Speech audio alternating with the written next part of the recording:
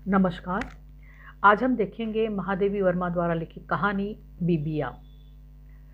बीबिया स्त्रियों से संबंधित कहानी है। पुरुष प्रधान समाज में स्त्रियों की क्या अवस्था है उससे संबंधित ये कहानी है। पितृसत्तात्मक समाज में जितनी भी चीज़ें होती हैं वो पुरुषों की मर्जी से होती हैं। आज समाज में बदलाव आ रहे हैं। चलिए पहले देखते हैं महादेवी वर्मा का परिचय।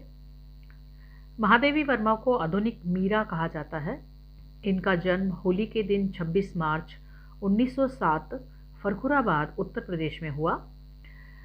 इन्होंने प्रयाग महिला विद्यापीठ की स्थापना की और वहीं वे प्रधानाचार्य और कुलपति भी रही।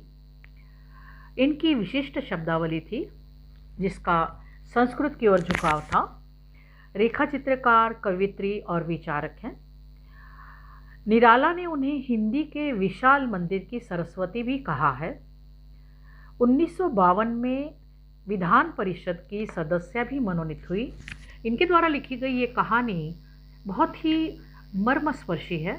बीबिया नाम की एक लड़की जो बहुत ही चुलबुली है, तेज तर्रार है, दिखने में बहुत सुंदर है, धोबिन जाति की है, सांवली है लेकिन बहुत ही प्यारी है और मुंह फट भी है। ऐसी लड़की समाज में भी देखा जाए तो कई लोग होते हैं जिन्हें अच्छा नहीं लगता कि लड़कियां जो होती हैं वो पुरुषों के साथ या घर में किसी के साथ बहुत ही स्पष्टता से बात करें।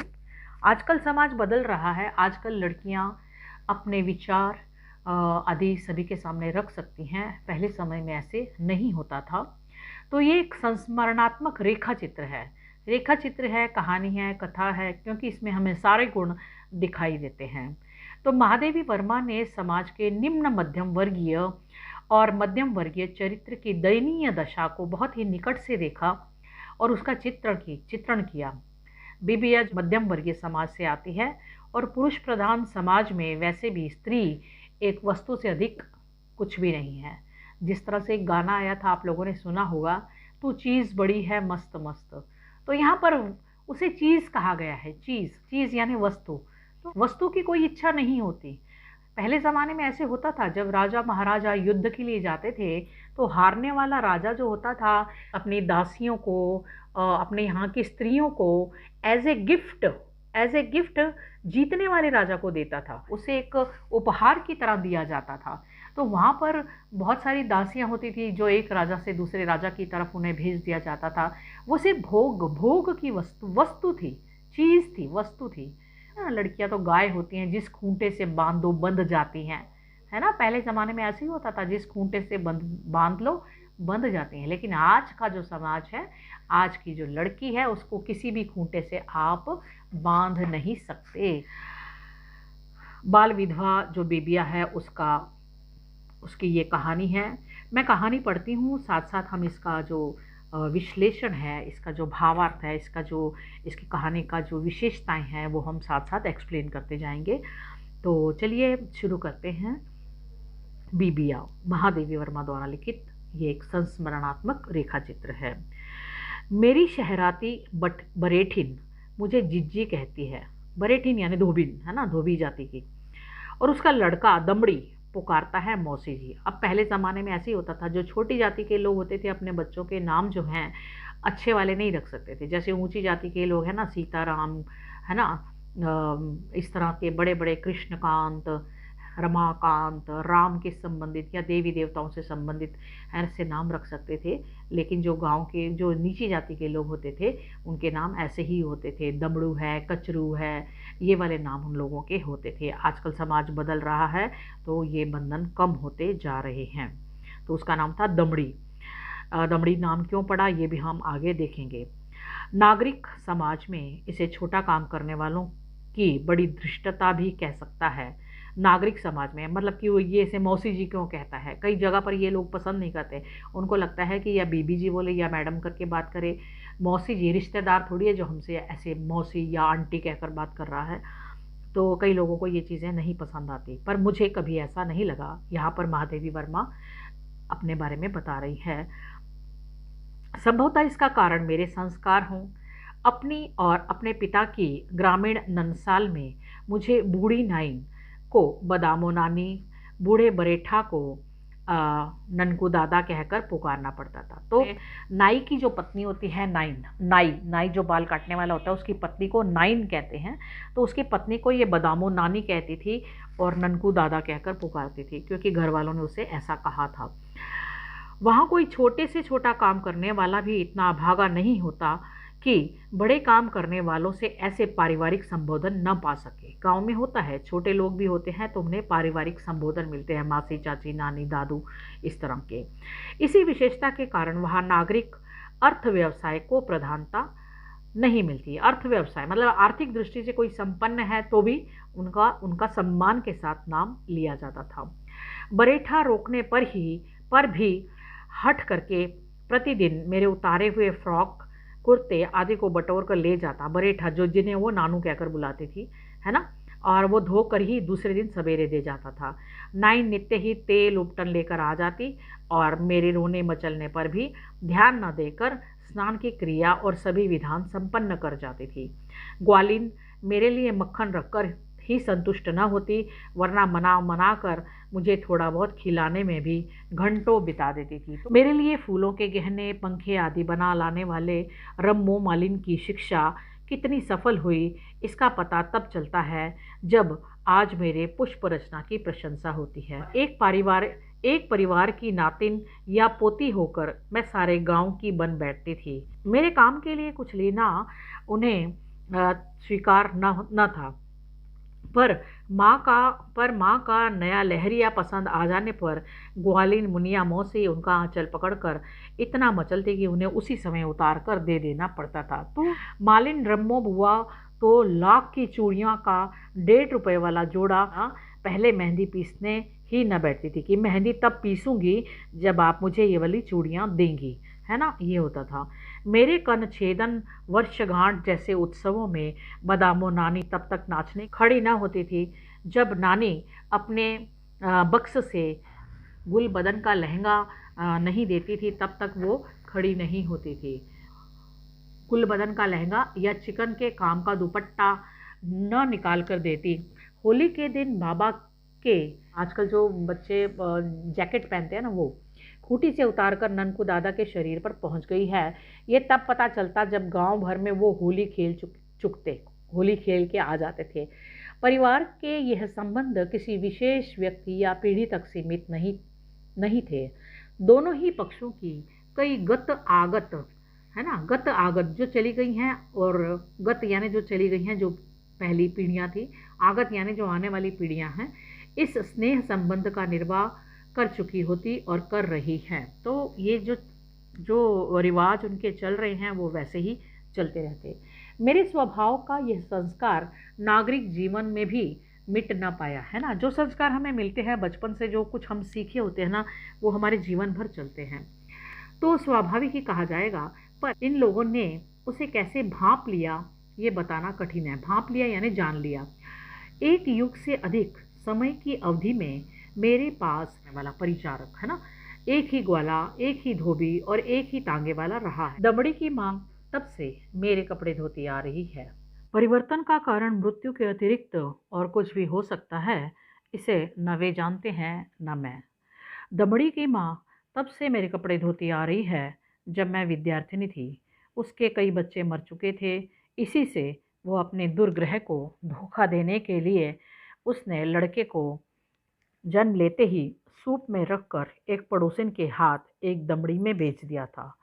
सूप वो होता है जिसमें अनाज को फटकते हैं, स्क्वायर शेप में होता है, चौरस, और उसमें अनाज को फटकने के लिए काम में लाया जाता है। तो इसीलिए एक दमड़ी में बेच दिया था कि मैंने ये बच्चा तुम्हें बेच दिया है, ये तुम्हारा हो गया। ये एक टोटका होता है, जिन लोगों के बच्चे नहीं बचते वो इस तरह की बातें करते हैं, इसलिए उसका नाम दमड़ी पड़ गया था। छुट्टी के दिन वो 5 में खरीदा गया और इसी क्रय विक्रय को चिरस्मरणीय बनाने के लिए उसकी माँ ने पुत्र का नाम दमड़ी लाल रख दिया। अब इसे चाहे ब्रह्मा की भ्रांति कहिए, चाहे दमड़ी की शक्ति, पर यह सत्य है कि वो मृत्यु की घाटी पार कर आया, यानी कि वो जीवित रहा, उसकी मृत्यु नहीं हुई, है ना। दमड़ी अब बड़ा हो गया है, ब्याह गोना भी हो चुका है, पर वह लड़कपन से बाज नहीं आता। मैं कई बच्चे होते हैं ना जो बड़े भी हो जाते तब भी उनमें बचपना होता है, इसीलिए लड़कपन, यानी शादी हो गई है लेकिन अभी भी उसका बचपना जो है कायम है। मेरे आंगन में तन कर बैठता है और चौके में काम करती हुई भक्तिन को पुकार कर कहता है, भक्तिन अम्मा, हम मुँह चाय पिए जानित हैं, मौसी जी के खातिर बनाई होए तो तनिक सी हमको ही मिल जाए। अगर मौसी जी यानी कि महादेवी जी है ना, उनके लिए बनाई है तो मुझे भी थोड़ी सी चाय दे देना। भक्तिन के गोल नथुने कुछ फैल जाते, भ्रुकुटियाँ कुछ कुंचित हो जाती, संकुचित हो जाती, माथे पर खींची रेखाएं सिमटने लगती और ओठों के आसपास बिखरी झुर्रियाँ उलझ जाती हैं। पर वह उसे चाय देती है अवश्य। हाँ, ये सत्य है कि गिलास वही ढूंढ निकालती है जिसकी मुरादाबादी कलई भीतर से पीतल झांकने लगा हो। कलई, ये शब्द आपको शायद पता ना हो लेकिन गांव में ऐसे होता था कि जो हमारे पीतल के बर्तन होते थे ना बड़े बड़े, तो उसमें कलई करवाई जाती थी। कलई करने के लिए पहले वो बर्तन को गर्म करता था, फिर उसके ऊपर कुछ धातु लगाया जाता था और फिर वो बर्तन जो था, जैसे स्टील के बर्तन होते हैं ना, अंदर से स्टील की तरह चमकता था। फिर उसमें आप कोई भी सब्जी बनाओ तो वो ख़राब नहीं होती थी। नहीं तो पीतल के बर्तन में अगर हम टमाटर डालते हैं, इमली डालते हैं, नींबू डालते हैं ना, तो वो सब्जी का स्वाद ख़राब हो जाता है। लेकिन कलाई करके अगर पीतल के बर्तन यूज़ किए जाते हैं तो वो ठीक रहते हैं। और फिर ऐसे होता है कि 5-6 महीने तक वो कलई उतर जाती है, फिर से वो कलई करवाते थे। तो गलियों में घूमते थे, कलई वाला आया, कलई करा लो, कली करा लो। तो ये आपने कभी देखा होगा या कोई गाना वाना सुना होगा। तो ये कलई होती है ना। तो बीच में से पीतल झांकने लगता था, मतलब कलई उतर जाती थी, ऐसे वाले गिलास में उसको वो चाय देती थी। चाय मिल जाने पर भी दमड़ी उसका पीछा नहीं छोड़ता था। विशेष अनुनय से पूछता, का मौसी जी नाश्ता उस्ता नहीं करी? नहीं करी हैं? होए तो तनिक वो तो दे डारो भक्तिन अम्मा, अगर उन्होंने नाश्ता किया है तो मुझे थोड़ा सा नाश्ता भी दे दो। उन्होंने क्या खाया है, कुछ तो बना होगा। राम गई अम्मा, तुम्हारी बनाई चाय तो हम बिना गुड़ शक्कर के पी सके थे। असम मिठास है तुम्हारे हाथन की चीज़ की। अब का बताए, है ना, उसकी तारीफ कर रहा है कि जैसे तारीफ करेगा तो उससे भी कुछ मिल जाएगा। अब कि हम तुहार धोतिया बगुला के पाँख जैसी उज्जर कर लाऊं, मतलब तुम्हारी जो धोती है उसको इतना अच्छे से साफ करके लाऊंगा कि जो बगुले के पंख की तरह एकदम सफ़ेद। आंगन में गठरी आंगन में गठरी पर बैठकर, गठरी यानी जो मैले कपड़ों की गठरी होती है उस पर बैठकर बिना कलई के मुरादाबादी गिलास में भक्तिन की बनाई हुई चाय पीने वाले साहब को देखकर हंसी रोकना कठिन हो जाता है। कम कपड़े ले जाने पर धुलाई कम मिलती है, इसी से वे दोनों मेरे साफ कपड़े भी ले जाते। बेटा उत्तर देता है, ई छोर तो माटी सा सौंदगा है मौसी जी। दूसरी ओर हम चबेना बांध ले जाब, ये धोती तो कल ही पहनी है। कहने पर माँ पूछती, एक दिन हमू पहर लेब तो कोनी नागा हो जीजी। अब मौसी जी करे तो क्या करे। 7 तौलियत में दमड़ी ने चबेना बांध ले जाना है। धुली हुई धोती उसकी माई को पहनना है, पर दाम देना पड़ेगा मौसी जी को। इस अन्याय के विरुद्ध मुझे कुछ करना चाहिए। पर अचानक ही मेरे मानस पटल पर उदय हो जाने वाले दो स्मृति चित्र शब्दों को कंठ से ओठों तक ले आने ही नहीं देते। उनकी रेखाएं समय ने फीकी कर दी हैं, पर उनसे भरा हुआ विषाद का रंग न उससे धुल सका है, न धूमिल हो सका है। कभी कभी किसी दृश्य चित्र व्यक्ति को देखकर हम उसका विरोधी दृश्य चित्र या व्यक्ति स्मरण हो आता है। मुझे भी इन हंसोड़ प्रसन्न और बात बात पर उलझने वाले माँ बेटों को देखकर बिबिया और उसकी माई की याद आ जाती है। माँ बेटे को देखकर माँ बेटी की याद आ जाती है। अपने जीवन वृत्त के विषय में बिबिया की माई ने कुछ बताया नहीं, अपने जीवन वृत्त के बारे में, अपनी जिंदगी के बारे में, किंतु उसके मुख पर अंकित विवशता की भंगिमा, हाथों पर चोटों के निशान, पैर पैर का अस्वाभाविक लंगड़ापन देखकर अनुमान होता था कि उसका जीवन पथ सुगम नहीं है। मतलब उसके चेहरे पर, हाथों पर, या चल रही है तो लगड़ा के चल रही है, तो हो सकता है उसके पति ने उसे मारा हो, तो उसकी जो मार खाने की जो उसके जख्म है वो दिखाई देते हैं। वो चल रही है तो लंगड़ा लंगड़ा के चल रही है, उसे पीड़ा हो रही है, दर्द हो रहा है। तो इससे पता चल जाता है कि उसका जो जीवन है सुखमय नहीं है। कई जगह पर हम देखते हैं गरीब परिवारों में पति शराब पी के अपनी पत्नियों को मारते रहते हैं। ये एक विडंबना है कि पत्नियां ही कमा कर लाते हैं, उसके बावजूद वो मार खाती हैं। मद्यप और झगड़ालू पति के अत्याचार भी संभवतः उनके लिए इतने आवश्यक हो गए थे कि उनके अभाव में उसे इस लोक में रहना पसंद ना आया। माँ बाप के रहने पर बालिका की स्थिति कुछ अनिश्चित सी हो गई थी, है ना। झगड़ालू पति के कारण यानी अब यहाँ दो वाक्य हैं, इसका अर्थ समझिए कि उसका जो झगड़ालू पति था वो अत्याचार करता था, लेकिन उसके अभाव में, मतलब उसकी मृत्यु हो गई, उसके अभाव में पत्नी जो थी वो भी जीवित नहीं रहना चाहती थी। इसका अर्थ ये है कि उसके पति की मृत्यु के बाद पत्नी की भी मृत्यु हो गई, यानी जो बीबिया थी उसकी माँ का भी निधन हो गया, है ना। माँ बाप के रहने पर बालिका की स्थिति कुछ अनिश्चित सी हो गई। वो बड़ा भाई कन्हई, भौजाई और दादी थी। अब उसके घर में ये लोग थे। दादी बूढ़ी होने के कारण पोती की किसी तरह की त्रुटि को कभी अक्षम्य मानती थी, कभी नगण्य मानती थी। ये जो बूढ़े लोग होते हैं अपने मतलब के लिए, अब उन्हें खाना पीना जो है वो कन्हई देता था, तो इसलिए जो बेटी की जो गलतियाँ भी होती थी या उस बेटे की गलतियाँ भी होती थी उसको वो इग्नोर कर देती थी। ननंद भौजाई के संबंध में परंपरागत वैषम्य था, मतलब ननंद भाभी के पटती नहीं थी अच्छे से। बीच के कई भाई बहन मर जाने के कारण सबसे बड़े भाई और सबसे छोटी बहन में अवस्था का इतना अंतर था कि दोनों एक दूसरे के साथ ही नहीं हो पाए, है ना। दोनों की अच्छी बनी नहीं, वो बहुत बड़ा था, ये बहुत छोटी थी। तो ऐसे होता है, भाई बहन अगर एक एक जैसी उम्र के होते हैं ना, 1-2 साल का अंतर होता है, तो वो दोस्त बन जाते हैं आपस में। उनके जो रहना बहना, खाना पीना, उठना बैठना, खाना, सब खेलना जो होता है सब कुछ एक साथ होता रहता है। संभवतः सहानुभूति के 2-4 शब्दों के लिए ही बीबिया जब तक मेरे पास आ पहुंचती थी। अब बीबिया को जब भी कोई किसी की शिकायत करनी होती थी तो वो इनके पास आ जाती थी। उसकी वो मुझे दीदिया उसकी माँ मुझे दीदिया कहती थी, बेटी मौसी जी कहकर पुकारती थी, और उसी का संबंध निर्वाह करने लगी थी। जो उसकी माँ थी वो दीदिया कहती थी और ये जो है उन्हें मौसी जी कहती थी। जिस तरह से दमड़ी जो था वो उन्हें मौसी जी कहकर पुकारता था। चलिए। साधारणतः धोबियों का रंग सांवला साधारणतः धोबियों का रंग सांवला पर मुख की गठन सुडौल होती है। बीबिया ने गेहूं रंग के साथ ये विशेषता पाई थी। उसका गेहुआ रंग था, सांवला रंग था। उस पर उसका हंसमुख स्वभाव उसे विशेष आकर्षण दे देता था। छोटे छोटे सफ़ेद दांतों की बत्ती से निकाली ही रहती थी, मतलब हरदम हंसती रहती थी, खुश मिजाज थी। सुडौल गठीले शरीर वाली बीबिया को धोबिन समझना कठिन था, पर वो थी धोबिनों में भी सबसे अभागी धोबिन, है ना। उसे धोबिन मतलब लगती नहीं थी, वो इतनी अच्छी लगती थी। ऐसी आकृति के साथ जिस आलस्य और सुकुमारता की कल्पना की जाती है, उसका बीबिया में सर्वथा अभाव था। वस्तुतः उसके समान परिश्रमी खोजना कठिन होगा। अपना ही नहीं, वो दूसरों का काम करके भी आनंद का अनुभव करती थी। दादी की मुट्ठी से झाड़ू खींचकर वो आंगन बुहार आती, भौजाई के हाथ से लोई छीनकर वो रोटी बनाने बैठ जाती, भाई की उंगलियों में से भारी इस्त्री छुड़ाकर वो स्वयं कपड़ों पर इस तरह इस्त्री करने लग तह पर इस्त्री करने लगती।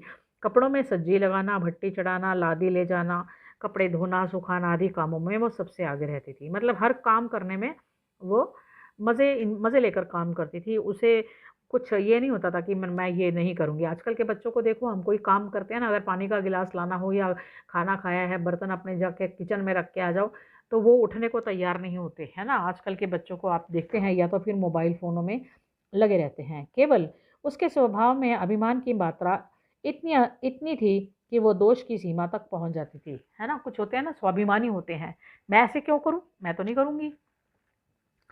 अच्छे कपड़े पहनना उसे अच्छा लगता था और वो ये शौक ग्राहकों के कपड़ों से पूरा हो जाता था। जो भी ग्राहक उसे कपड़े धोने के लिए देते थे, उसमें से जो भी कपड़ा उसको अच्छा लगता था वो पहन कर फिर से वापस कर देती थी।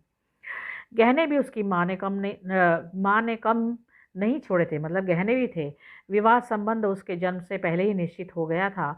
5वें वर्ष में ब्याह भी हो गया, पर गौने से पहले ही वर की मृत्यु ने उसे उस संबंध को तोड़कर जोड़ने वालों का प्रयत्न निष्फल कर दिया था। मतलब उसकी शादी बचपन में ही हो गई थी, लेकिन गौने से पहले ही पति की मृत्यु हो गई थी, और जिन लोगों ने प्रयत्न किया था उसका संबंध जोड़ने का, है ना, वो निष्फल हो गया। यानी कि उनकी अब दूसरी शादी करनी थी। ऐसी परिस्थिति में जिस प्रकार उच्च वर्ग की स्त्री का गृहस्थी बसा लेना कलंक है, उसी प्रकार नीच वर्ग की स्त्री का अकेला रहना सामाजिक अपराध है। ऊंची जाति की स्त्रियां जो होती थी, अगर उनकी शादी से पहले, मतलब गौने से पहले अगर पति की मृत्यु हो जाती है तो वो शादी नहीं करती थी, जो ऊंची जाति की थी। लेकिन नीची जाति की औरतें जो होती थी, वो अगर कुंवारी रहती हैं या अकेली रहती हैं तो वो गुनाह माना जाता था, अपराध माना जाता था। कन्हई यमुना पार देहात में रहता था, पर बहन के लिए उसने इस पार का धोबी ढूंढा। एक शुभ दिन पुराने वर का स्थानापन्न अपने संबंधियों को लेकर भाभी ससुराल पहुंचा। एक बड़े डेग में मांस बना और बड़े कढ़ाई में पूरियां छनी। कई बोतलों ठर्रा शराब आई और जब तक नाच रंग होता रहा तब तक बाराती घराती सब तब तक नाच रंग होता रहा जब तक बाराती घराती सब औंधे मोल लुढ़क नहीं, थक कर जो गिर गए, नशे की वजह से गिर गए, तब तक इनका नाच गाना चलता रहा। नई ससुराल पहुंच जाने के बाद कई महीने तक बीबिया नहीं दिखाई दी। मैंने समझा कि नई गृहस्थी बसाने में व्यस्त होगी। कुछ महीने के बाद अचानक एक दिन मैले कुचैले कपड़े पहने बीबिया आ खड़ी हुई। उससे मुख पर झाई आ गई थी, शरीर दुर्बल जान पड़ता था, पर आंखों में विषाद के आंसू थे। न होठों पर सुख की हंसी, न उसकी भाव भंगिमा में अपराध की स्वीकृति थी। वो निरपराधी की न्याय याचना, एक निर्विकार उपेक्षा उसके अंग अंग से प्रकट हो रही थी। जो कुछ उसने कहा उसका आशय था कि वो मेरे कपड़े धोएगी और भाई के उतारे कपड़े भाई के ओसारे में अलग रोटी बना लिया करेगी। धीरे धीरे पता चला कि उसके घर वालों ने उसे निकाल दिया है। कहता है, ऐसी औरत के लिए मेरे घर में जगह नहीं है, चाहे भाई के यहाँ पड़ी रहे, चाहे दूसरा घर कर ले। चरित्र के लिए बेविया। अब यहाँ ये है कि वो जिस पति के घर गई थी, दूसरी जब शादी के बाद गई तो उसके पति ने उसको घर से निकाल दिया था। अब क्यों निकाला है, इसकी कहानी हम आगे देखते हैं।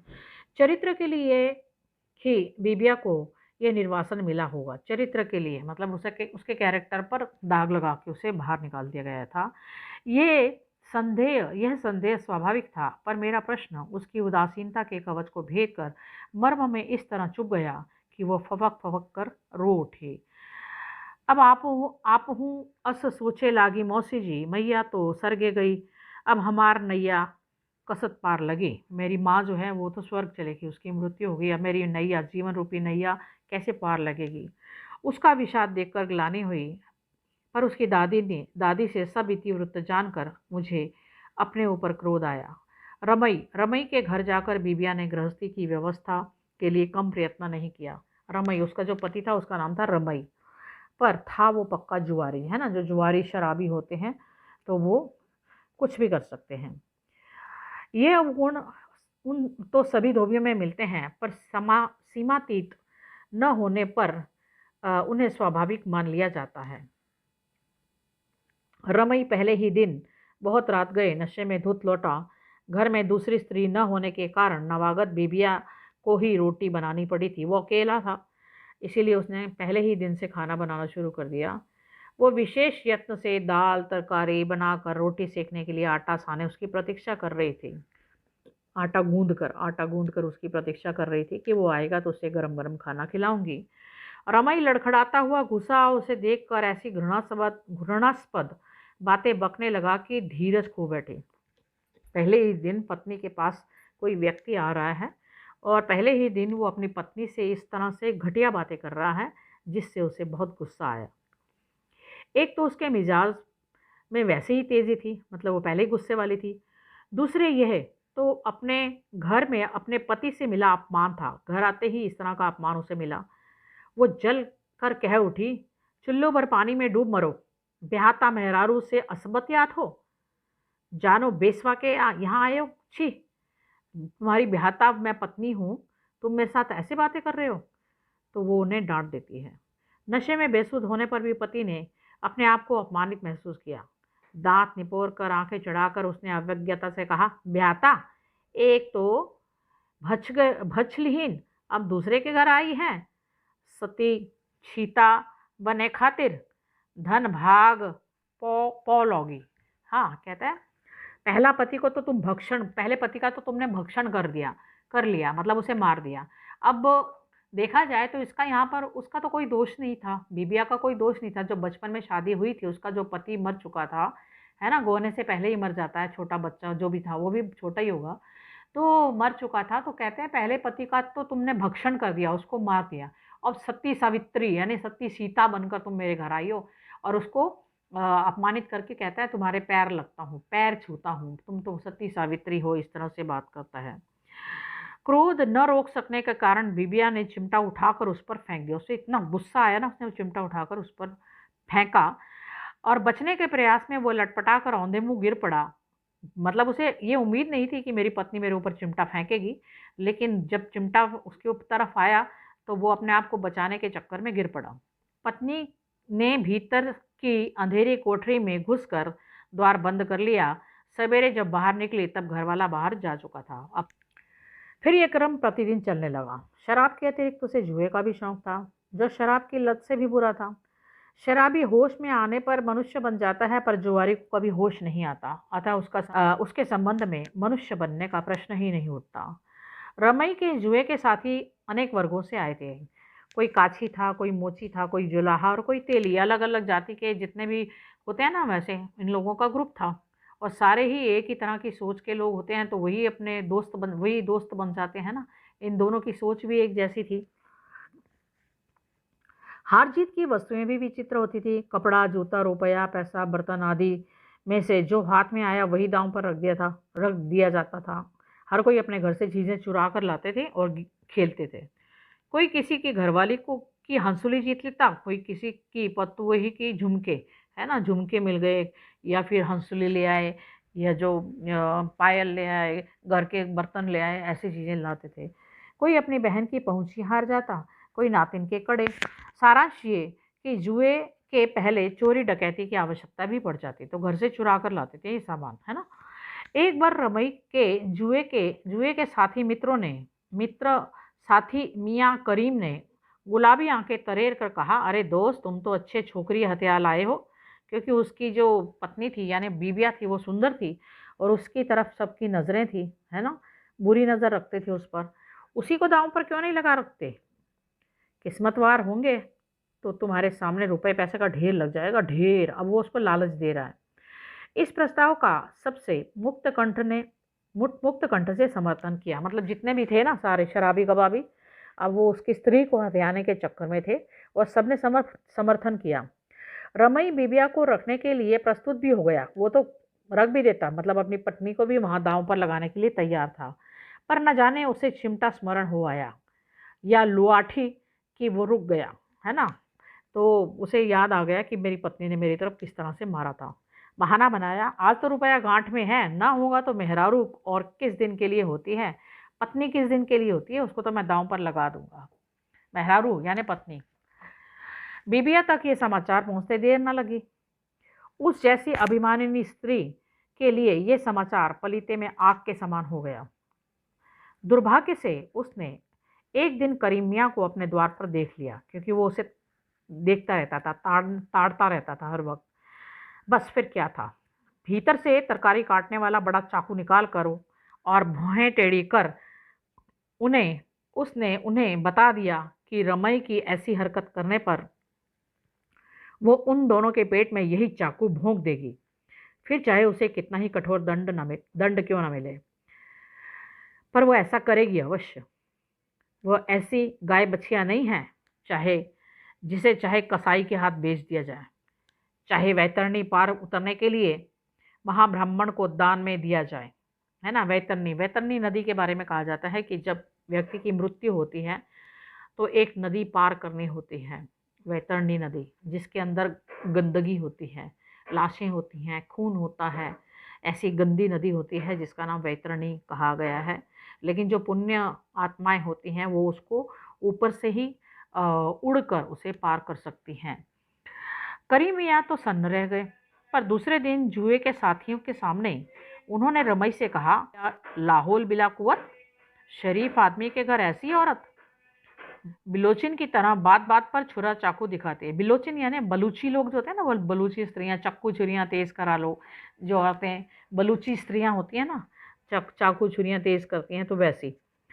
किसी दिन वो तुम पर भी वार करेगी, बच्चों संभले रहना। को बैठकर चैन की नींद ले रहे हो, मतलब ऐसी स्त्री को तुमने घर में बिठा दिया और चैन की नींद सो रहे हो, तो तुम्हें पता भी नहीं चलेगा, किसी दिन वो तुम्हें मार डालेगी, तुम्हें सोते सोते मार डालेगी। और अ, तुम्हें इस तरह से नहीं रहना चाहिए, मतलब निश्चिंत या लापरवाह होकर नहीं रहना चाहिए। लखना अहीर सिर हिला हिला कर गंभीर भाव से बोला, मेहरुअन अब मारे बरे घूमती हैं। राम राम, मतलब आजकल की जो स्त्रियां हैं वो हमारे ऊपर अटैक कर सकती हैं, हमें मार सकती हैं। अब जानो कलयुग प्रगट दिखाए लगा, अब तो कलयुग प्रगट मतलब सामने दिखाई देने लगा है। महंगू काछी शास्त्र ज्ञान का परिचय देने लगा ही, वो देखो छीता रानी कस रही। ओई निकार दिहीन तऊ न बोली, बिचारियो बेटवन का लय के झारखंड में परी रही। खिलावन तेली ने समर्थन किया, वे तो सत्ती संवत्ती कहाँ गई हैं, उनके बरे तो धरती माता फाटी जाती रही, ये सबका खाए के सत्ती हुई है। तो कहते हैं जो पहले सीता रानी थी तो वो अपने बच्चों को लेकर चली गई, लेकिन ये कैसी स्त्री है, सबको खाकर सती हुई है ना। रमई बेचारा कुछ बोल ही ना सका, उसकी पत्नी की गणना सतियों में नहीं हो सकती, ये क्या कुछ कम लज्जा की बात है। इस लज्जा और ग्लानि का भार वो उठा भी लेता, पर रात दिन भय की छाया में रहना तो दुर्वह था, दुर्वह यानी कठिन था। कि जो स्त्री चाकू निकालते हुए नहीं डरती, तो वो क्या उसके उपयोग में डरेगी, मतलब किसी दिन उस पर चाकू चला सकती है। रमई बोला, सचमुच। रमई बेचारा सचमुच इतना डर गया कि पत्नी की छाया से बचने लगा। अब तो उसे हर वक्त डर लगने लगा कि पता नहीं किसी वक्त आके मुझ पर वार कर दे। इसी प्रकार कुछ दिन बीते, पर अंत में रमई ने साफ साफ कह दिया कि वह बिबिया को घर में नहीं रखेगा। पंच परमेश्वर भी उसी के पक्ष में हो गए। अब उन्होंने पंचायत बिठा दी, क्योंकि वे सभी रमई के समान धर्मी थे। रमई के समान धर्मी, रमई जिस जाति का था उसके जैसे ही वो बाकी लोग भी थे पंचायत के, है ना। चोर चोर मोसेरे भाई वाली बात हो गई। यदि उसके घर में ऐसी विकट स्त्री होती, यदि उनके घर में यानी जो पंचायत वाले जितने भी लोग थे उनके घर में भी ऐसी विकट स्त्री होती जो उनकी बात नहीं मानती, जिसके सामने वे शराब पीकर जा सकते थे, ना जुआ खेल कर जा सकते थे, तो उन्हें भी यही करना पड़ता कि अपनी पत्नी को घर से बाहर निकाल देते। इसीलिए वो रमई के पक्ष में न्याय देते हैं। निरुपाय बिबिया घर लौट आई और सदा के समान रहने लगी। भौजाई के व्यंग उसे चुपते नहीं थे। ये कहना मिथ्या होगा, पर दादी के आंचल में आंसू पहुँचने भर के लिए स्थान था। वो पहले से चौगुना काम करती थी, सबसे पहले उठती और सबके सो जाने पर सोती, ना अच्छे कपड़े पहनती, ना गहने, ना गाती बजाती, ना किसी नाच रंग में शामिल होती। पति के अपमान ने उसे मर्माहत कर दिया था, पर जात बिरादरी में फैली बदनामी उसका जीना ही मुश्किल किए दे रही थी। ऐसी सुंदर और मेहनती स्त्री को छोड़ना सहज नहीं है। इसी से सब ने अनुमान लगा लिया कि उसके गुणों में कोई भारी दोष होगा। कन्हई ने एक बार फिर उसको उसका घर बसाने का प्रयत्न किया। इस बार एक निकटवर्ती गांव में रहने वाले एक विधुर अधेड़, विधुर यानी जिसकी पत्नी मर चुकी थी, और 5 बच्चों के बाप के साथ बहनोई का पद चुना, मतलब उसके साथ उसकी शादी कर दी। पर बिबिया ने कोलाहल मचाया कि मुझे उसके साथ नहीं रहना। कई दिन अनशन किया, मतलब खाना पीना छोड़ दिया। कई घंटे तक रोती रही, दादा अब हम न जाब, चाहे मुंड फोड़ दे, फोड़ के मार जाए, मतलब मेरा सिर उड़ा दो, मुझे मार डालो। मुदा भाई बाबा कर देहरिया ना छाड़ब, मैं अपना घर ये देह छोड़कर नहीं जाऊंगी। आदि आदि कहकर उसने कन्हाई को निश्चय से विचलित करने का प्रयत्न किया कि वो चाहती थी कि कन्हाई उसकी बात मान जाए और उसकी शादी ना करे। पर जब सारे प्रयत्न निष्फल हो गए, भाई के विचार में युवती बहन को घर में रखना आपत्ति मोल लेना था। कहीं उसका पैर ऊंचे नीचे पड़ गया तो भाई का हुक्का पानी बंद हो जाना स्वाभाविक था।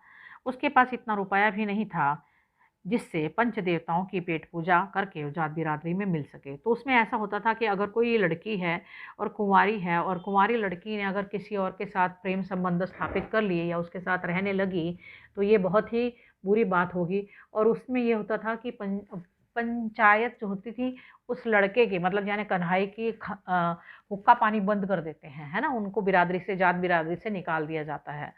तो वो कहता है मेरे पास इतने पैसे भी नहीं थे कि मैं उनको मिन्नतें करता या उनको खिलाता पिलाता और कहता कि मुझे अपनी जात इरादत से ना निकालो। तो इसलिए वो चाहता था कि उसकी शादी हो जाए।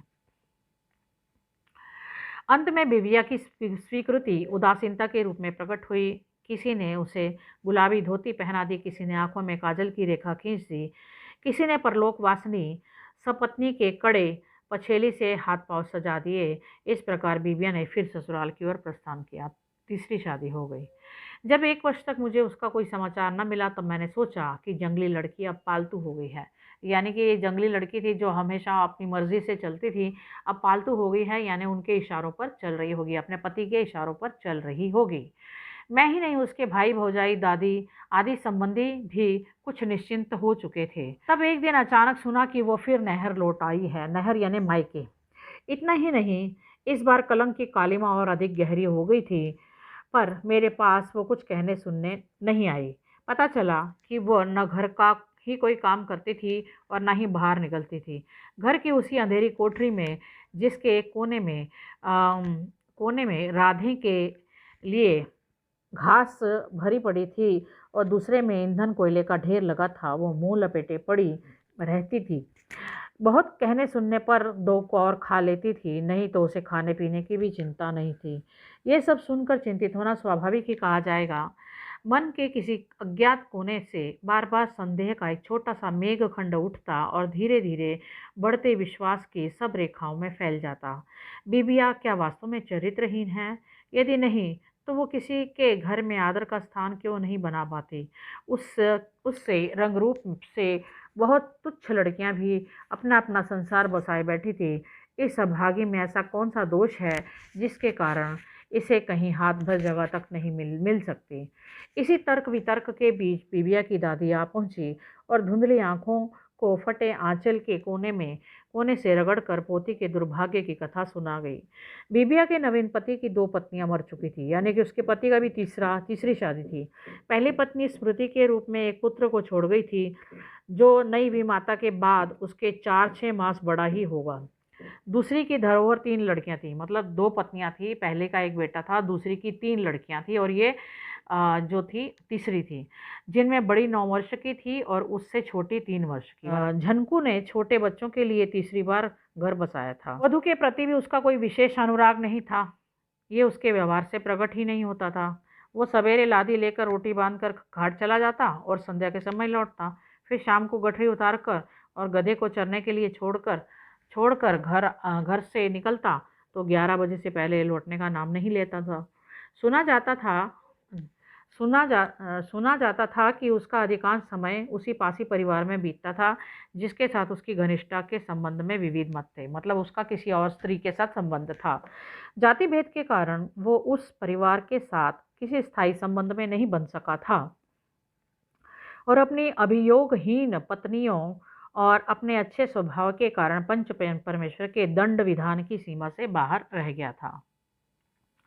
पासी शहर के किसी संपन्न गृहस्थ का सईस हो गया था, पर उसकी घरवाली के हृदय में सास ससुर के घर के प्रति अचानक ऐसी ममता ऊपर उमड़ आई कि वो उस देहली को छोड़कर जाना अधर्म की पराकाष्ठा मानने लगी थी। मतलब किसी स्त्री का पति मर गया था, लेकिन वो अपने पति के घर में ही रहना चाहती थी। जनकू को अपने लिए न सही पर अपनी संतान के लिए देखरेख के लिए एक सजातीय गृहिणी की आवश्यकता थी, किंतु कोई धोबिन उसकी संगनी बनने का साहस न कर सकी। रजक समाज में बीबिया की स्थिति कुछ भिन्न थी। वह बेचारी अपकीर्ति के समुद्र में इस तरह आकंठ मग्न थी कि झनकू का प्रस्ताव उसके लिए जहाज बन गया। इस प्रकार अपने मन को मुक्त रखकर भी झनकू बीबिया का दाम्पत्य बंधन में बांध लाया। ये सत्य है कि नई पत्नी को कोई कष्ट नहीं देता था, उसे घाट ले जाना तक झनकू को पसंद नहीं था। इसी से कूटना पीसना रोटी पानी बच्चों की देखभाल से ही गृहिणी की कौशल की परीक्षा होने लगी। बीबिया पति के उदासीन आदर भाव से तो प्रसन्न थी या अप्रसन्न, ये कोई कभी नहीं जान सका, क्योंकि उसने घर और बच्चों में तनमन से रम कर अन्य किसी भाव के आने का मार्ग ही बंद कर दिया था। सवेरे से आधी रात तक वो काम में जुटी रहती, फिर छोटी बालिकाओं में से एक को दाहिनी और दूसरी को बाईं ओर लिटाकर टूटी खटिया में पड़ते ही संसार की चिंताओं से मुक्त हो जाती थी, यानी सो जाती थी, थक कर सो जाती थी। सवेरा होने पर कर्तव्य की पुरानी पुस्तक का नया पृष्ठ खुला ही रहता, मतलब सुबह होती ही फिर से वो काम में लग जाती थी। दोबारा से सुबह से सारे काम शुरू हो जाते थे। कि कच्चे घर में 2 कोठरियाँ थीं के द्वार ओसारे में खुलते थे, है ना? ओसारा यानी बरामदा। और इन कोठरियों के भीतर से मिलाने वाला एक द्वार कपाटहीन था। कपाट यानी उसके ऊपर दरवाज़ा नहीं था। झनकू एक कोठरी में ताला लगा जाता था, जिससे रात में बिना किसी को जगाए भीतर आ सके, है ना? उसने अपने लिए रास्ता बनाया हुआ था कि रात को अगर वो लेट आता है, तो सभी सोए भी रहते हैं, तब भी वो अपना अंदर आ जाता था। पत्नी उसके लिए रोटियां रखकर सो जाती थी। भूखा लौटने पर वो खा लेता था, अन्यथा उन्हीं को बांधकर सवेरे घाट की ओर चल पड़ता था। बीबिया ने स्नेह के भूखे हृदय ने मानो अबोध बालकों की ममता से अपने आप को भर लिया था। छोटे बच्चों के साथ वो प्यार से रहती थी, इसीलिए उसका समय अच्छा बीतने लगा। नहलाना, चोटी कराना, खिलाना, सुलाना आदि बच्चों के कार्य वो इतने स्नेह और यत्न से करती थी कि अपरिचित व्यक्ति भी उसे माता नहीं, परम ममतामयी माता समझ लेता था। मतलब उस सौतेली माता की तरह उनसे व्यवहार नहीं करती थी। संतान के पालन की सुचारू व्यवस्था देखकर झनकू घर की ओर से और भी अधिक निश्चिंत हो गया था। सॉरी, नाज यानी अनाज, अनाज के घड़े खाली न होने देने की उसे जितनी चिंता थी, उतनी पत्नी के जीवन की रिक्तता भरने की नहीं थी। पत्नी अकेली रह रही है या उसे किसी चीज़ की ज़रूरत है, इसके बारे में वो कभी भी नहीं सोचता था। बस अपने काम से काम रखता था। यह क्रम भी बुरा नहीं था, यदि उसका बड़ा लड़का नंदसार से लौट ना आता। माँ के अभाव और पिता के उदासीन भाव के कारण वो एक प्रकार से आवारा हो गया था। तेल लगाना, कान में इत्र का फहार खोसना, तीतर लिए घूमना, कुश्ती लड़ाना उसके स्वभाव की ऐसी विचित्रताएं थी जो रजक समाज में नहीं मिलती। धोबी जुआ खेलकर या शराब पीकर भी भले आदमी की परिभाषा से बाहर जाता है और न अकर्मण्यता या आलस्य को अपनाता है। उसे आजीविका के लिए जो कार्य करना पड़ता है, उसमें आलस्य या बेईमानी के लिए कोई स्थान नहीं था। मजदूर मजदूरी के समय में से कुछ क्षणों का अपव्यय करके या खराब करके बच सकता था, पर धोबी ऐसा नहीं कर सकता था। उसे ग्राहक के कपड़े ठीक संख्या में लौटाने होंगे। उजले कपड़े उजले धोने में पूरा परिश्रम करना पड़ेगा। कलफ स्त्री में औचित्य का प्रश्न भी ना भूलना होगा। यदि वो इन सब कामों के लिए आवश्यक समय का अपव्यय करने लगे, तो महीने में 4 खेप ना दे सकेगा और परिणामतः जीविका की समस्या उग्र हो उठेगी। यानी अगर काम ईमानदारी से नहीं करेगा तो उसे पैसा नहीं मिलेगा। संभवतः इसी से कर्म तत्परता ऐसी सामान्य विशेषता है जो सब प्रकार के भले बुरे धोबियों में मिलती है। उसकी मात्रा में अंतर हो सकता है, पर उसका नितांत अपवाद है। झनकू का बड़ा लड़का भीखन ऐसा ही अपवाद था। पिता के प्रयत्न करके एक गरीब धोबिन की बालिका से उसका गठबंधन कर दिया था, परंतु उसने अपनी कन्याता के लिए कर्मठ पति खोज कर उसी के साथ गौने की पूरी व्यवस्था कर दी। मतलब शादी होने के बाद भी उन्होंने अपनी बेटी को वहाँ नहीं भेजा। इस प्रकार भीखन गृहस्थ भी बन न सका। सदगृहस्थ बनने की तो बात दूर ही रही।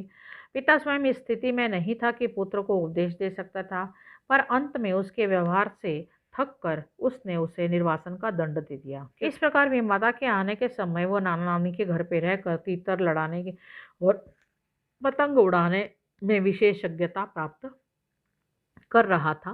पिता ने उसे नहीं बुलाया, पर विमाता की उपस्थिति ने उसे लौटने पर आकुल कर दिया। वो आश्चर्यचकित था, हैरान था कि मेरे पिता की शादी हो गई, तो वो देखना चाहता था, उत्सुक था देखने के लिए। एक दिन उसने डोरिया का कुर्ता और नाखूनी किनारे की धोती पहनकर बड़े यत्न से बुलबुलीदार बाल संवारे।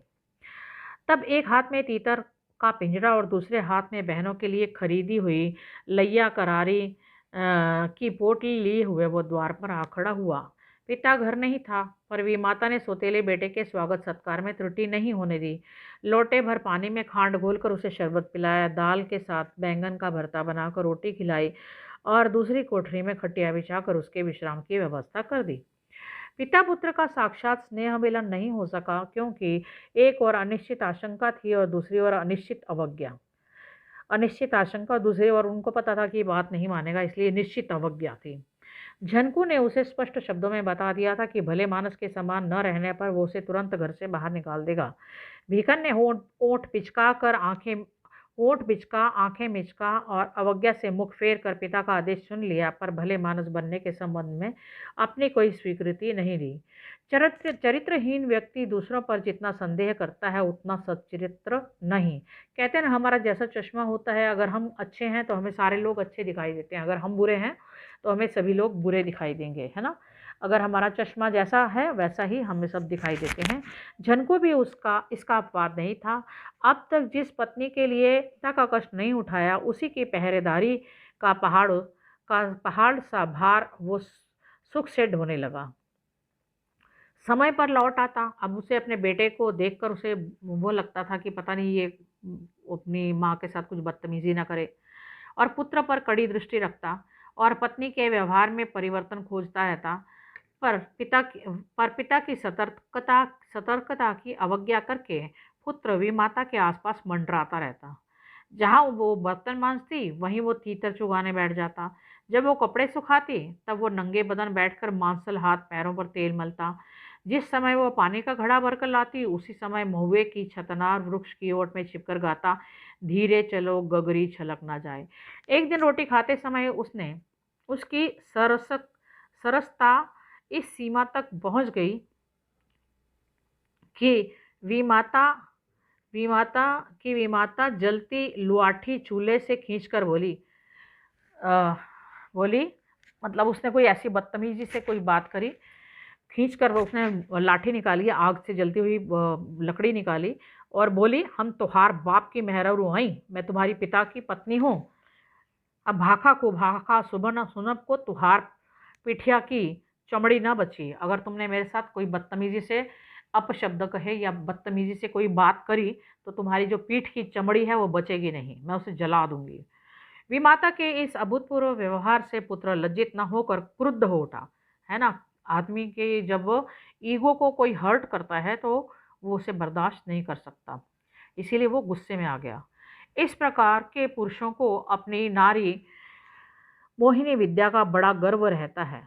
किसी स्त्री पर इस विद्या का प्रभाव न देखकर उसके दंभ को ऐसा आघात पहुंचता है कि वे कठोर प्रतिशोध लेने में भी नहीं हिचकते।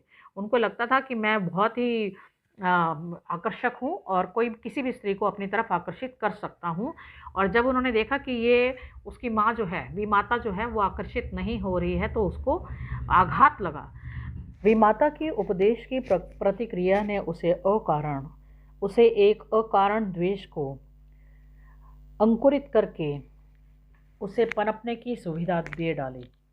जहाँ तक बिबिया का प्रश्न था, वह पति के व्यवहार से विशेष संतुष्ट न होने पर भी उससे रुष्ट न थी। अभिमानी व्यक्ति अवज्ञा के साथ मिले हुए अधिक स्नेह का तिरस्कार करके वितरागता के साथ आदर भाव को स्वीकार कर लेता है। वितरागता मतलब उसमें राग नहीं था, उसके पति पत्नी में आपस में प्रेम नहीं था, लेकिन आदर भाव इसलिए था क्योंकि वो उसके साथ जब भी बात करता तो रिस्पेक्ट के साथ बात करता था। झनकू ने पत्नी में अनुराग न रखने पर भी अन्य धोबियों के समान उसका अनादर नहीं किया, मतलब पत्नी को अच्छी तरीके से रखा था। यही विशेषता बीबिया जैसी स्त्रियों के लिए स्नेह से अधिक मूल्य रखती थी। उसे अच्छा लगा कि ये मेरा पति जो है मुझे अच्छे से रख रहा है। इसी से वह रोम रोम से कृतज्ञ हो उठी।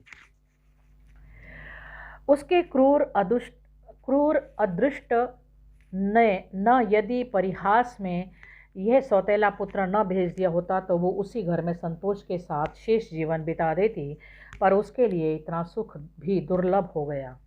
नहीं तो वो बहुत अच्छे से अपनी लाइफ बिताने लगी थी। अगर उसका ये पुत्र न आया होता तो उसकी ज़िंदगी अच्छी तरह से बीत जाती। भीखन के व्यवहार में अब विमाता के प्रति ऐसा कृत्रिम घनिष्ठ भाव व्यक्त होने लगा कि वो आतंकित हो उठी। वो डर गई थी।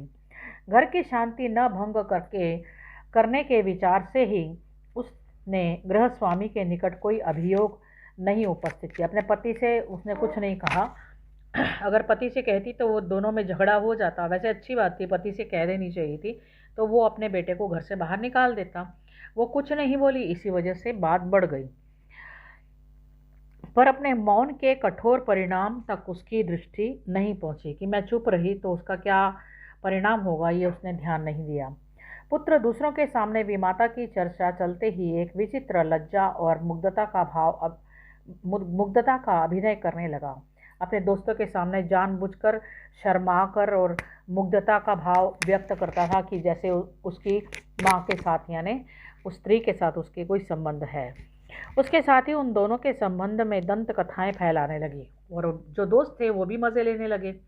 घरों में धोबी ने बिबिया के छलछंद की नीचता और अपने पतिव्रत की उच्चता पर टीका टिप्पणी करके पतियों से हंसुली कड़े के रूप में सदाचार के प्रमाण पत्र मांगने लगी थी। अब जो बाकी की स्त्रियां थी वो अपने पति के आगे तारीफ़ें करती अपनी कि हम कितने ईमानदार हैं, हम तुम्हारे साथ कितने अच्छे से रहते हैं, और फिर उनसे गहने और वगैरह लेने लगी अपने अपने पतियों से। बाकी धोबी ने जो थी इसकी बुराई करती और अपनी अच्छाई उनके सामने रखती।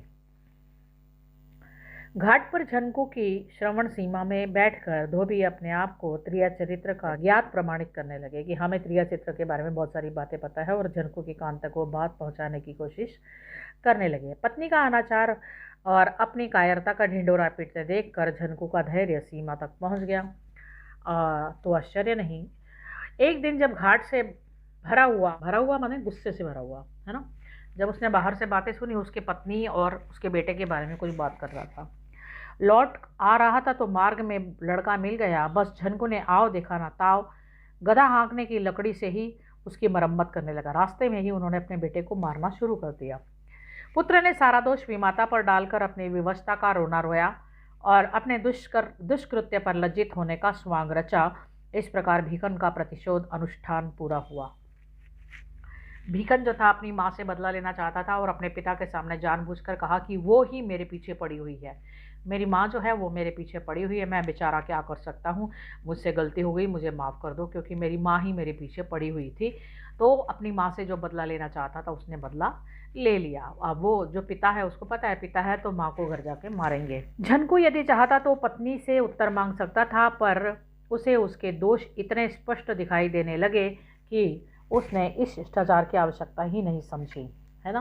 कहते हैं ना कि आंखों पे पर्दा पड़ जाता है, उसकी आंखों पर भी पर्दा पड़ गया था। कुछ लोगों की बातें सुनकर, कुछ अपने बेटे की बात सुनकर उन्हें अपना बेटा भी अच्छा लगने लग गया था कि वो सही बोल रहा है।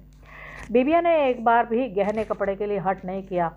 वो एक दिन भी पति के स्नेह पात्री को द्वंद्व युद्ध के लिए ललकारने नहीं गई। यानी जो उसका पति था वो किसी और स्त्री के साथ बात करता था, रहता था, लेकिन वो उसके पास भी लड़ने के लिए नहीं गई। और वो कभी पति की उदासीनता का विरोध करने के लिए भी कोप भवन में नहीं बैठी कि तुम मेरे से बात क्यों नहीं करते हो। इन त्रुटियों से प्रमाणित हो जाता है कि पति में अनुराग ही नहीं रखती थी। उसके पति को लगा कि शायद इसे मेरे से प्रेम ही नहीं करती, मैं किसी और स्त्री के साथ बैठता हूँ, बातें करता हूँ, ये उससे लड़ाई भी नहीं करती, इससे कुछ लेना देना ही नहीं है। अगर मुझसे प्रेम करती तो वो उससे लड़कर आ जाती, और जो अनुरक्त नहीं है वो विरक्त माना जाएगा। यानी वो प्रेम नहीं करती, इसका मतलब प्रेम नहीं करती मतलब तिरस्कार करती है।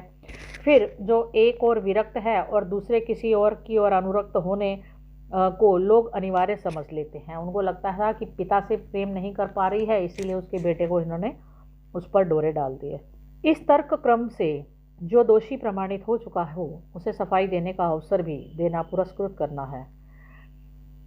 तो उन्होंने इसलिए उसे सफाई का अवसर भी नहीं दिया, अपने मन से ही ये सोच लिए कि ये गलत स्त्री है। उसके लिए सबसे अच्छी अब उत्तम चेतावनी दंड प्रयोग ही हो सकता था। उस रात प्रथम बार बिबिया पीटी गई।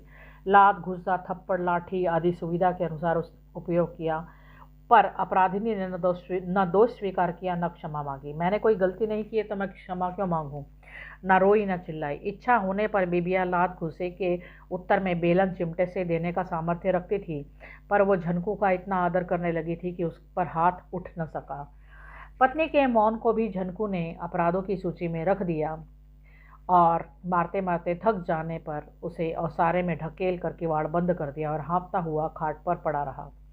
बिबिया के शरीर पर लात घूसों के भारीपन के स्मारक गुम्मड़ उभर आए थे लकड़ी के आघातों की संख्या बताने वाली नीली रेखाएं खिंच गई थी और लातों की सीमा नापने वाली पीड़ा जोड़ों में फैल रही थी। उस पर द्वार बंद हो जाना उसके लिए क्षमा की परिधि से निर्वासित हो जाना था। वह अंधकार में अदृष्ट सी रेखा जैसी पगडंडी पर गिरती पड़ती रोती कराहती अपने नहर की ओर चल पड़ी। मतलब घर से ही उसे निकाल दिया। झनकू को पति का कर्तव्य सिखाने के लिए पंचदेवता भी आविर्भूत नहीं हुए, पर बिबिया को कर्तव्यच्युत होने का दंड देने के लिए पंचायत बैठी, है ना। बिबिया ने अपना कर्तव्य सही तरीके से पूरा नहीं किया, इसलिए दंड देने के लिए पंचायत आ बैठी थी। भीखन ने विमाता के प्रलोभनों की शक्ति को अपने अबोध दुर्बलता की कल्पित कहानी दोहराकर क्षमा मांगी। उन्होंने कहा कि मेरे से गलती हो गई क्योंकि मेरी माँ ही मुझ पर डोरे डालती थी। इस क्षमा याचना में जो कोर कसर रह गई उसे उसके मामा नाना आदि ने रुपयों से पूरा कर दिया। मतलब पंच जो थे उनको पैसे दे दिए और उन्हें चुप करा दिया गया। दूसरे की दुर्बलता के प्रति मनुष्य का ऐसा स्वाभाविक आकर्षण है कि वह सच्चरित्र की त्रुटियों और दुष्चरित्र को भी प्रमाण मान लेता है। दूसरे की दुर्बलता के प्रति मनुष्य का ऐसा स्वाभाविक आकर्षण है ना, कि जो सच्चरित्र होता है, अच्छा व्यक्ति होता है, उसकी त्रुटियों को दुष्चरित्र जो होता है प्रमाण मान लेता है। चोर ईमानदारी का उपयोग नहीं जानता, झूठा सत्य के प्रयोग से अनभिज्ञ रहता है।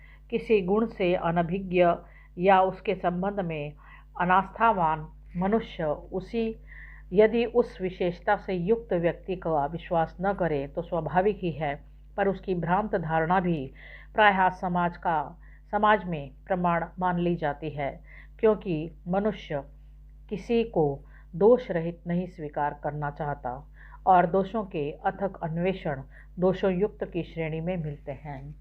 बिबिया पर लांछन लगाने वाले भीखन के आचरण के संबंध में किसी को भ्रम नहीं था। सभी जानते थे कि भीखन अच्छा व्यक्ति नहीं है, पर बिबिया के आचरण में त्रुटि खोजने के लिए उसकी स्वीकारोक्ति को सत्य मानना अनिवार्य हो उठा।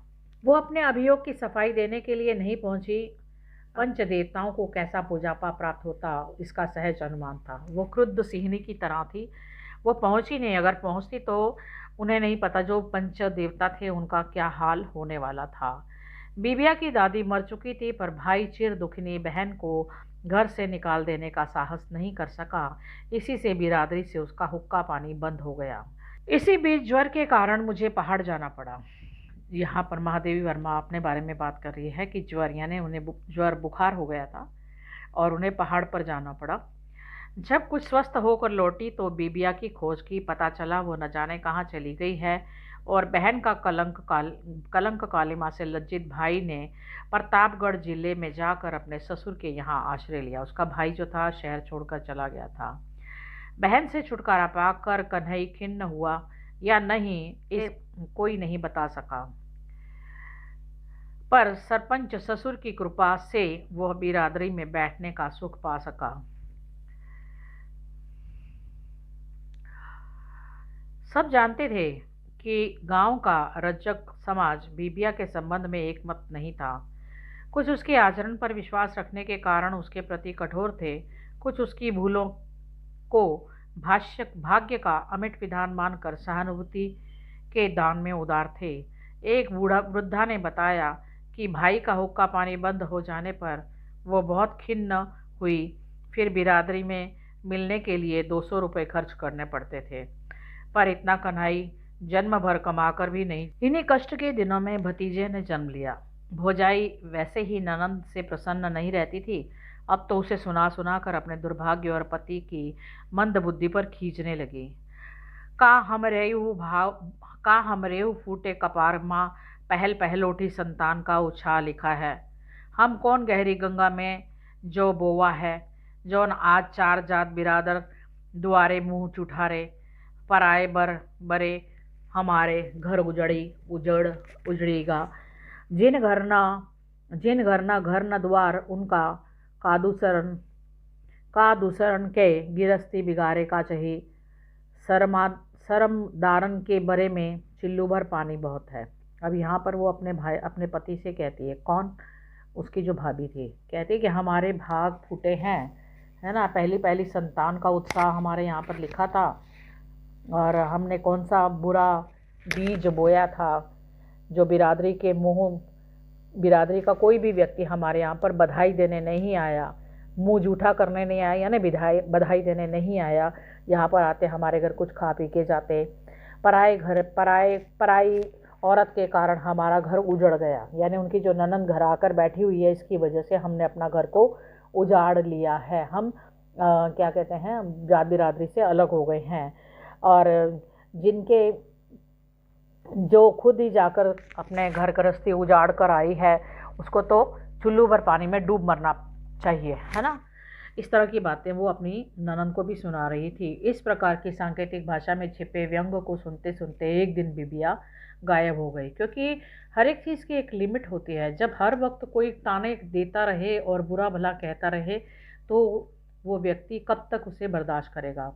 सबको उसके बुरे आचरण पर इतना अडिग विश्वास था कि उन्होंने उसके इस तरह अंतर्धान हो जाने को भी कलंक मान लिया। सभी लोग कहते थे कि हाँ, सच में बीबिया बहुत बुरी औरत है, अच्छी औरत नहीं है, और वो चली गई है, गायब हो गई है, तो उसके बारे में ये लोग कहने लगे कि वो किसी के साथ भाग गई होगी। एक अच्छी गृहस्थिन नहीं थी, अतः किसी के साथ कहीं जाने के अतिरिक्त वो कर ही क्या सकती थी। मरना होता तो पहले पति के परित्यक्त होने पर भी वो डूब मरती। जो छोटा पहले रमई, जो दूसरा पति था जिसने उसे घर से बाहर निकाल दिया था, तभी उसे मर जाना चाहिए था, नहीं तो दूसरे के घर में फांसी लगा लेती थी, वहीं मर जाती। पर निर्दोष भाई के घर जाकर उसने उसकी गृहस्थी को उजाड़ कर वो मर सकती है, ये विचार तर्कपूर्ण नहीं था। उनको लगता था कि उसने अपने भाई का भी घर उजाड़ दिया है। क्रिया चरित्र को जानना वैसे ही कठिन है, पर जो उसमें विशेषज्ञ हो, उसकी गतिविधि का रहस्य समझने में कौन पुरुष सामर्थ्य हो सकता है। गांव के किसी पुरुष से वो कोई संपर्क नहीं रखती। इसी एक प्रत्यक्ष ज्ञान के बल पर अनेक अप्रत्यक्ष अनुमानों को कैसे मिथ्या ठहराया जाए। निश्चय ही बिबिया ने किसी के बिना जाने ही अपनी अज्ञात यात्रा का साथी खोज लिया होगा। बहुत दिनों के उपरांत जब मैं एक वृद्ध और रोगी पासी को दवा देने गई, तब बिबिया की यात्रा संबंधी रहस्य पर कुछ प्रकाश पड़ा। उसने बताया कि भागने के 2 दिन पहले बिबिया ने उससे ठर्रे का एक अद्धा मंगवाया था। रुपया थैली गांठ में न होने के कारण उसने माँ की दी हुई चांदी की तरकी कान से उतार कर उसके हाथ में रख दी थी। मतलब वो जो व्यक्ति था, उसके पास ठर्रा या शराब लेने के लिए वो गई थी और पैसे नहीं थे, इसलिए अपने कान की जो बालियाँ थी वो उसको दे दी थी। धोबिनों में वही एक लत, उस लत से वो अछूती थी, है ना। धोबिनें जो होती है वो भी पीती होंगी। इसी से पासी आश्चर्य में पड़ गया, क्योंकि वो शराब नहीं पीती थी तो वो कैसे खरीद रही है। इस पर प्रश्न करने पर उसे उत्तर मिला कि भतीजे के नामकरण के दिन वो परिवार वालों को दावत करेगी। भाई को पता चल जाने पर वो पहले ही पी डालेगा, इसी से छिपाकर मंगा रही है, छिपाकर ले जा रही है, क्योंकि वो नहीं चाहती कि भाई उससे पहले देख ले, नहीं तो भाई लोग जो होते हैं वो जल्दी से उसे ख़त्म ना कर डाले, है ना। वो कहती है नामकरण होगा तो मैं पार्टी दूंगी।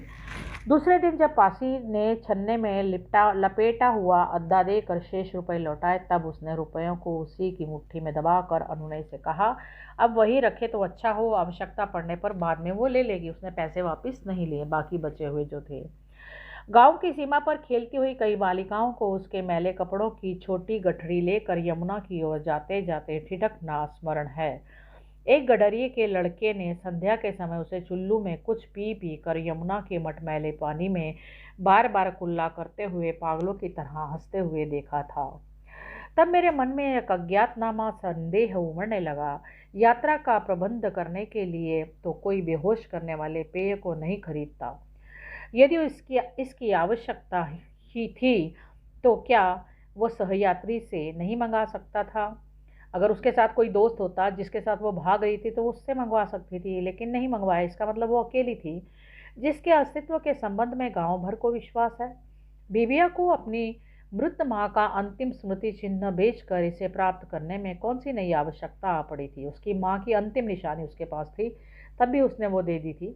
फिर बाहर जाने के लिए क्या उसके पास इतना अधिक धन था कि वो उसे तरकी को बेचकर मिले रुपए भी छोड़ दे। उसके पास इतने पैसे थोड़ी थे। जो बाहर जा रही थी तो उसके पास अपने पैसे रखती, और जो रुपए बचे थे वो भी उसने अपने वापस नहीं लिए।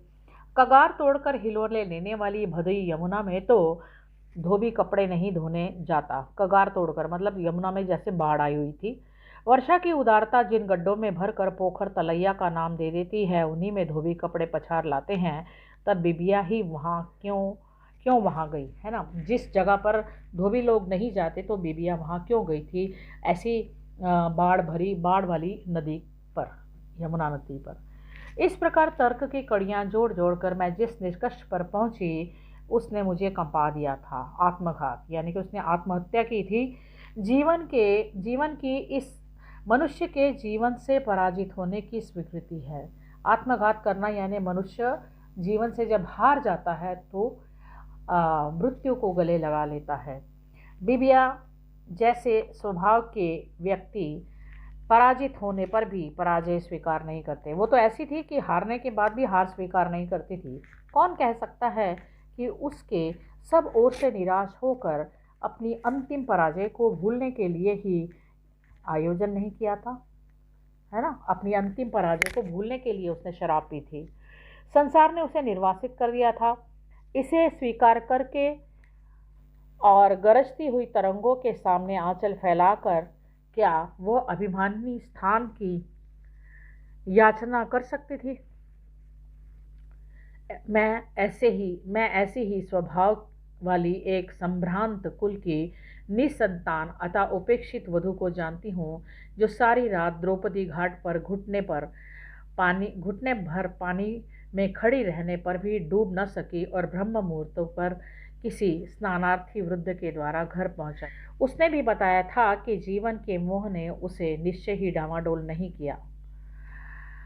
कुछ न कर सकी तो मर गई। दूसरों के इस विजयोद्गार की कल्पना ने उसके पैरों में पत्थर बांध दिए और वो गहराई की ओर बढ़ नहीं सके। फिर बिबिया तो विद्रोह की कभी राख न होने वाली ज्वाला थी, वो नहीं हो सकती थी। संसार ने उसे अकारण अपमानित किया और वह उसे युद्ध की चुनौती न देकर भाग खड़ी हुई। ये कल्पना मात्र उसके आत्मघाती संकल्प को बरसने से पहले आंधी में पड़े हुए बादल के समान कहीं न कहीं पहुंचा सकती थी, पर संघर्ष के लिए उसके सभी अस्त्र टूट चुके थे। मूर्छितावस्था में पहाड़ सा अडिग साहसी भी कायरता की उपाधि बिना पाए हुए ही संघर्ष से हट जाता है। संसार ने बिबिया के अंतर्धान होने का जो कारण खोज लिया वो संसार के अनुरूप ही है, पर मैं उसके निष्कर्ष मानने के लिए बाध्य नहीं हूँ। मतलब संसार जो कहता है, संसार का जो निष्कर्ष है उसे मैं नहीं मानती। मुझे पता है कि सच्चाई क्या है। आज भी जब मेरी नाव समुद्र का अभिनय करने में बेसुध वर्षा की लहराती यमुना को पार करने का साहस करती है, तब मुझे वह रजक बालिका याद आए बिना नहीं रहती। एक दिन वर्षा के शाम मेघांचल में लहराती हुई छाया के नीचे इसकी उन्मादिनी लहरों में उसने पतवार फेंककर अपनी जीवन नैया खोल दी थी। उस एकाकिनी की वह जर्जर तरी किस अज्ञात तट पर जा लगी, ये कौन बता सकता है। मतलब वो तरी का मतलब होता है नाव, है ना। उसने यहाँ पर जो छलांग लगाई, इस पानी में जो डूब गई, और उसकी नाव यानी उसके जीवन नैया, उसकी नाव जो है वो खुद कहाँ पर जाकर लगी, कौन से तट पर जा लगी, यानी उसकी मृत्यु हुई या कहीं और पहुँच गई, ये कौन बता सकता है। तो यहाँ पर ये कहानी ख़त्म हो जाती है। इसमें मुख्य 2-3 बातें हमें याद रखनी है कि जो बिबिया थी उसकी 3 शादियाँ हुई थी। पहली शादी जो थी उसमें गोने से पहले ही उसका जो पति था उसकी मृत्यु हो चुकी थी। उसके भाई का नाम कन्हई था। इसकी दूसरी शादी जो हुई थी वो रमई के साथ हुई थी। रमई शराबी जुआरी था, उसका दोस्त था करीम मियाँ, और वो उसे हमेशा कहता था कि तुम अपनी पत्नी को दांव पर लगाओ, लेकिन जब वो उसको छुरा दिखाती है तो वो डर जाता है। तीसरा पति जो था झनकू, उसका बेटा था भीखन, है ना, और उसकी 3 बेटियां थी। मतलब झनकू की 3 बेटियां भी थी। भीखन ने अपनी माँ के ऊपर ही डोरे डाल रहा था। भीखन अपनी माँ को ही फंसाने के चक्कर में था। तो ये एक बहुत ही सुंदर खूबसूरत कहानी है, यहाँ पर ख़त्म हो जाती है। और इसके बाद हम मिलते हैं एक नई कहानी में, नए विषय के साथ। तब तक के लिए नमस्कार।